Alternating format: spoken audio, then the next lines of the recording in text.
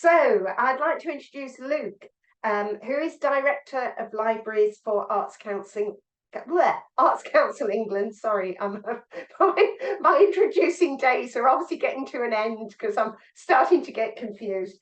And Luke, you're going to talk about English public libraries data and the fact that it's really interesting. So I'm looking forward to that, and I shall pass over to you. Thanks, Biddy. Yeah, and stick with me. It is interesting, honest. Yeah, so as Biddy said, my name's Luke Burton. I'm the Director for Libraries at Arts Council England, and I'm hoping these slides are going to move along at some point. I'll just try again.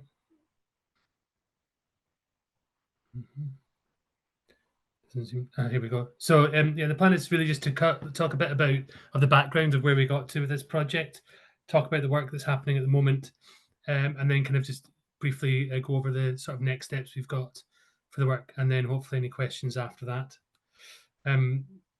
But data piece has been quite an important bit of work for the sector in general, but also for us as an organisation.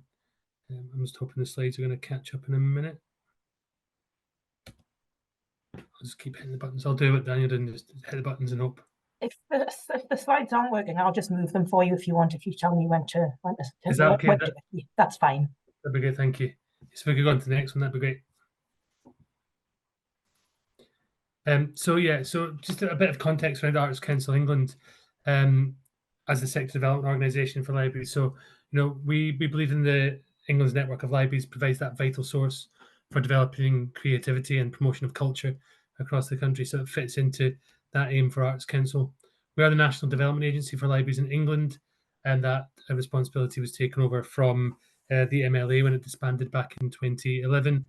But we have that role to support libraries across England, all 152 local authority provided libraries. We work with a range of library services that operate within that framework of library provision. So whether that is directly commissioned by the local authority or a spin out. We also work with local and national government services and agencies as well.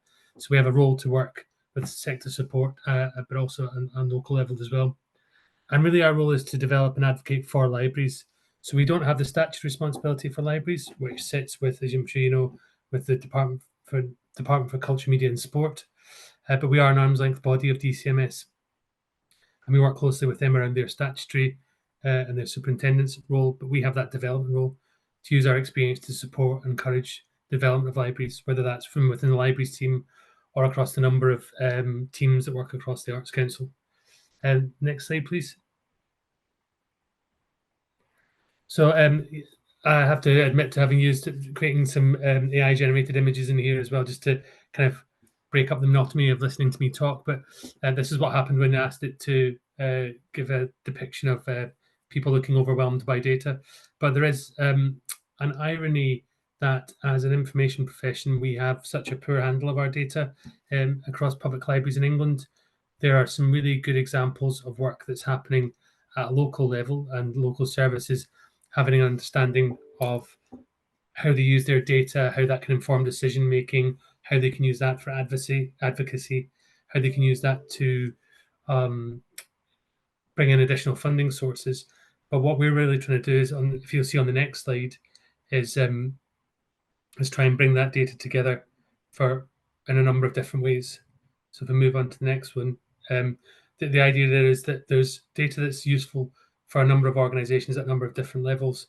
So what we've kind of tried to say as Arts Council England is those groups on the left-hand side of that slide are those sector development organisations, whether it's us or some of the organisations we fund like Libraries Connected and ASCL, but also CILIP and Local Government Association, British Library and others, is that we want to try and get an understanding of the national impact, value and usage of libraries so that we can advocate at that national level to the group that are kind of on the right-hand side of that screen. So how do we use data to advocate for and demonstrate the value of libraries in supporting combined authorities, including the new ones like the North East Combined Authority that just came into being here this month? And how do we demonstrate that potentially libraries can support the agendas and priorities of devolved administrations, mindful that not everywhere is covered by a mayoral authority, but over half of England's population now are, and 100% of the population in the northeast are, whether you're in the Northeast Combined Authority or the Tees Valley. So there's that real understanding of how we can speak to their priorities and potentially leverage additional funding from them. But then also, how do we do that on a national level so that nationally those departments on the right-hand side can understand what libraries do, how DCMS can use that data to make the case at a national level for support for libraries. But most importantly is the 152 library authorities across England and looking at how they can demonstrate their impact at a local level. So I spent 3 years as head of service at Newcastle Libraries, and I know that I was regularly asked, how busy is Denton Burn Library? What's the most borrowed book from City Library? Are more people borrowing audiobooks in Gosforth this year than they were last year? And we need to be able to take that burden away from heads of service to allow them to do the day job and their teams to do the important work of supporting communities. But how can we bring that data together so that it helps everyone on a local, regional, and national level?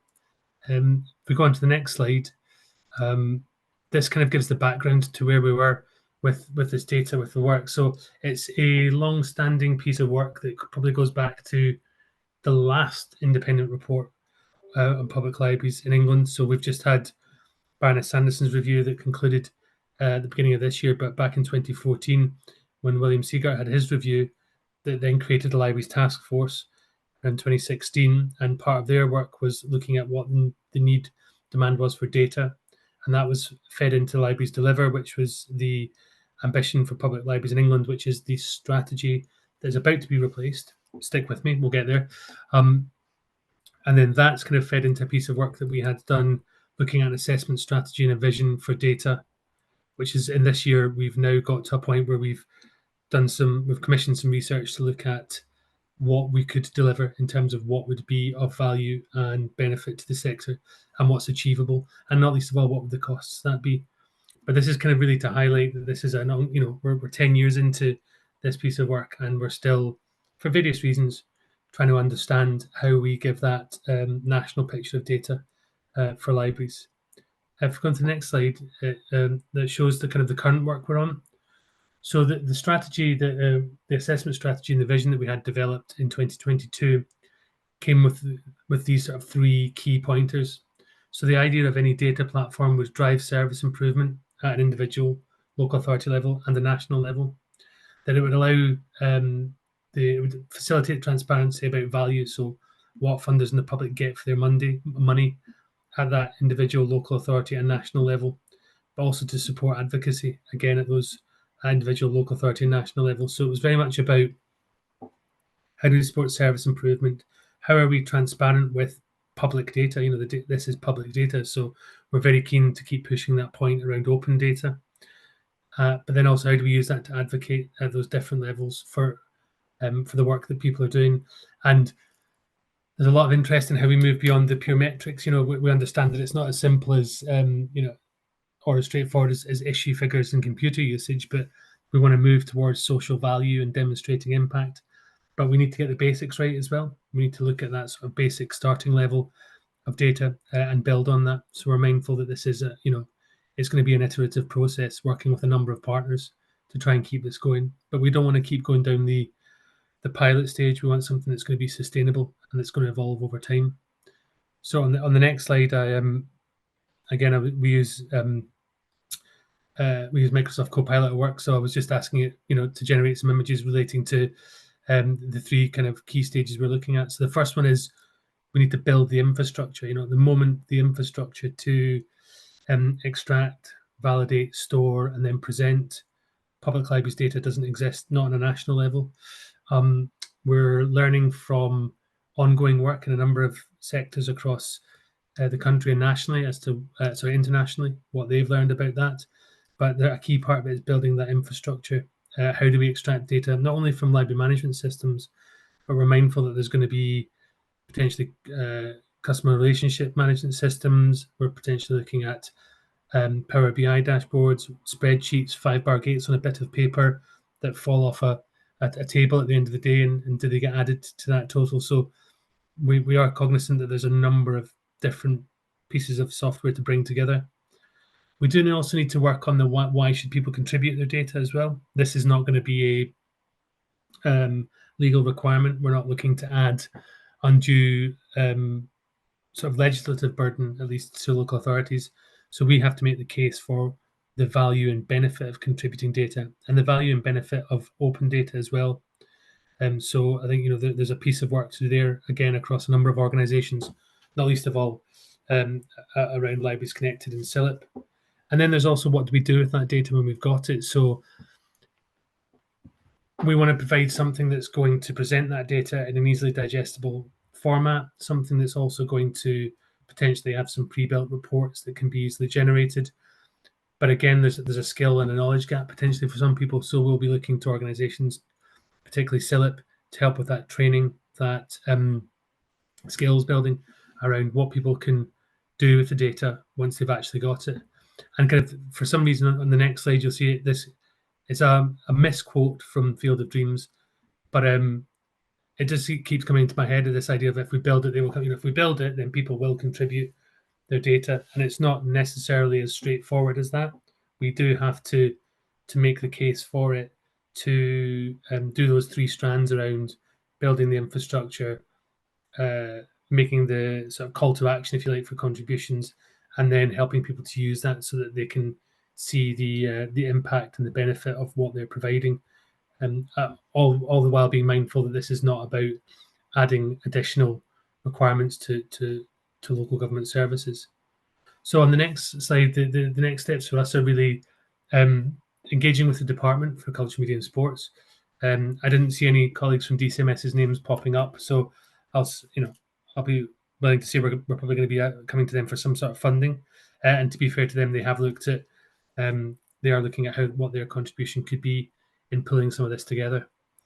We do need to continue with that sector engagement. I think it's important to highlight the benefit and value of this work and what could come from it, and keep reiterating that point about not adding to people's workloads. And one colleague mentioned the idea of it's not the sector marking its own homework. We are a level removed from the sector, and we're able to be there as a sort of critical friend, but also one step removed in terms of holding that validated data.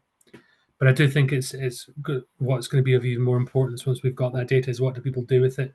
So data literacy is going to be a key strand of work for us, and we're already in conversation with CILIP around how we develop this alongside some other training that we can do in terms of leadership skills and staff skills in using data. So on the next slide, you'll see that we're looking at sort of like the future developments of this kind of work. And apologies, they're quite small on there, but I've shared the links as well. So there's a potential for some of this to feed into national platforms. And you'll see here there's a number from sort of Scandinavian countries who've been doing this work for quite some time and really well.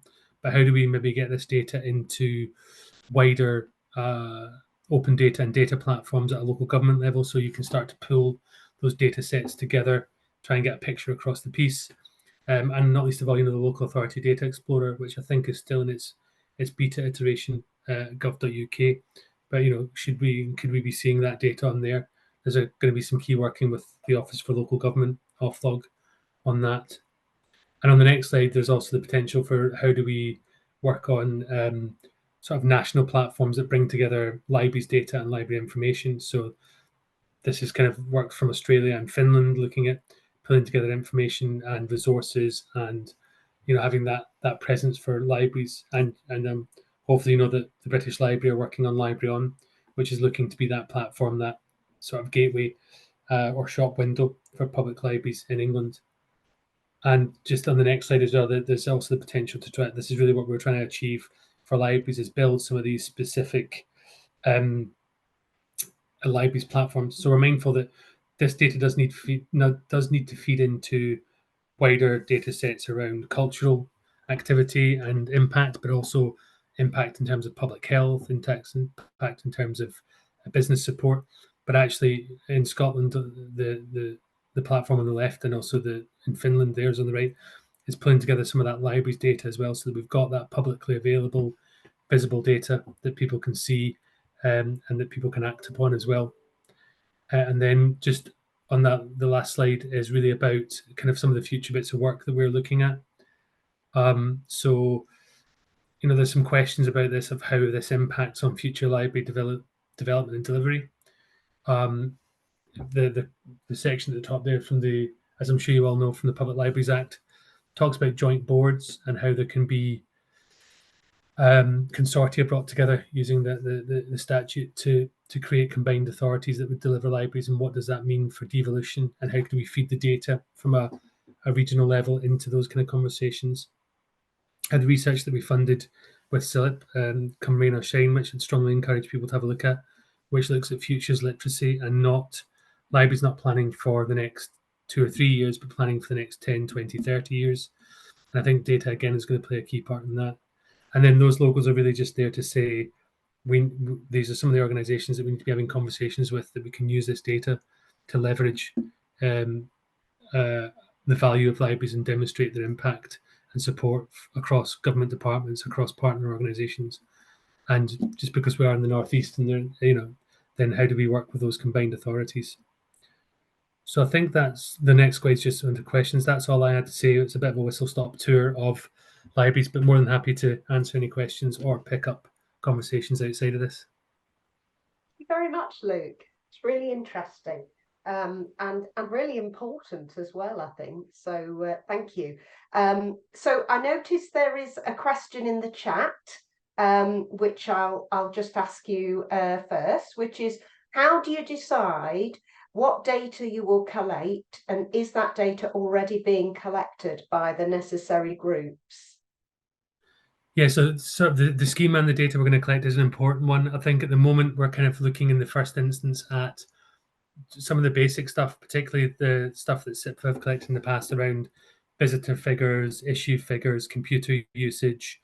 But then you get into questions about what's an issue and does a digital loan count as an issue. But I think we've got a reasonable handle on 6 or 7, kind of basic data points that would be in the first instance. We need to define the schema, or at least refresh the schema for that. And then I think we build on that in the first instance. So we kind of know the really basic ones around how many people are using a service, how busy is it, what's the most popular title. I mean, this does feed into some of the work that Department of Culture, Media and Sport are doing around the public lending rate and wanting to get better, richer data on that. So we currently have the basic libraries data set, and we're working on another iteration of that will, for the next year, collect data that we hope will become automated in the future. So, but we intend that to be built on over time. Okay. What about, I mean, I've been from a qualitative background. What about qualitative data? How do we collect that? No, absolutely. And I think, and mindful as well, that I've been at events. I think it was one when I first started in this role about 18 months ago, where we were at South Tyneside, and we're in The Word, and they were talking about Anne Cleeve's work on reading for well-being. And the most impactful part of the day wasn't the data, but it was the person, Ian, who stood up and told this story about how his life was changed. So we're trying to get that balance between central government want things to be Green Book and Magenta Book compliant, but actually the really rich and valuable stuff is the qualitative stuff. I wouldn't say we've got it cracked in terms of how, but we are mindful that we do need to. But I think, again, this isn't me just kicking the can down the road. That's something that we do need to have considered at some point. But I think we need to get the basic metrics first. Yeah, it's a difficult one, isn't it? When you're talking about social value and things like that, and how we demonstrate that. So really, really important stuff. Particularly when you think about the funding of public libraries and the challenges that they face. So thank you very much, Luke. Okay.